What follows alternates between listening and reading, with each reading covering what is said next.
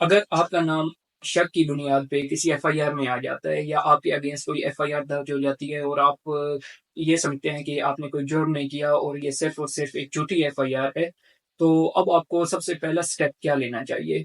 आज हम इस टॉपिक पे बात करते हैं। My name is advocate Syed Asim Madi और आप देख रहे हैं मेरा एएन लॉ यूट्यूब चैनल।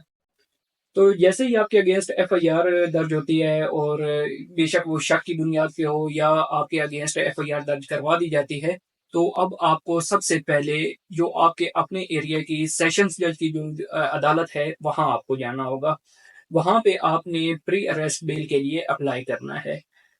जैसे ही आप प्री अरेस्ट बेल के लिए अप्लाई करेंगे, तो सेशंस जज जो है वो आपको सुनेगा और जब आप उसको ये साबित कर देंगे कि ये आपके अगेंस्ट जो एफआईआर फाइल हुई है ये बिल्कुल झूठी है या एक सस्पेक्ट की बुनियाद पे यानी कि शक की बुनियाद पे आपका नाम इसमें आया है, तो जज साहब जो हैं वो आपको प्री अरेस्ट बेल दे देंगे। इसके बाद जैसे ही आपको बेल मिल जाएगी, अब आपको कोई अरेस्ट नहीं कर सकता।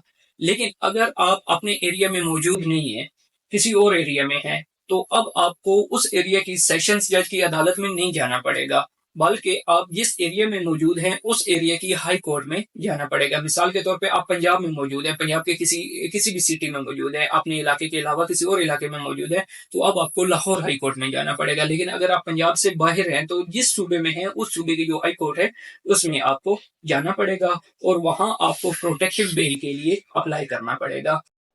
प्रोटेक्टिव बेल वो बेल होती है जिसमें आपको जैसे ही आप जिस एरिया में मौजूद हैं उस एरिया से जब आप अपने एरिया तक जाएंगे तो आपको ये डर होता है कि रास्ते में पुलिस मुझे गिरफ्तार ना कर ले।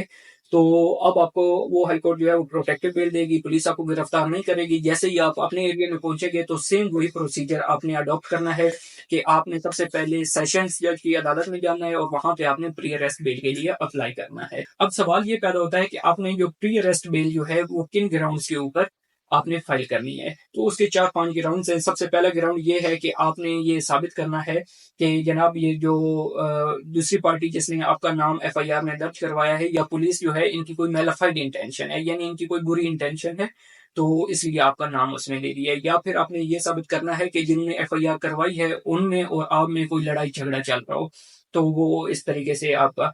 या फिर इसमें ये भी ग्राउंड आप ले सकते हैं कि आपका जो रेपुटेशन है वो एफआईआर में आने की वजह से या फिर अरेस्ट होने की वजह से आपका जो रेपुटेशन है, जो सोसाइटी में एक आपका नाम बना हुआ है, वो खराब होगा। तीसरा चौथा जो है वो आप ये भी कर सकते हैं कि पर्सनल अपीयरेंस का भी ग्राउंड आप ले सकते हैं, यानी मैं पर्सनली जो है हर जब मुझे अदालत बुलाएगी मैं पर्सनली अपीयर हो जाऊंगा।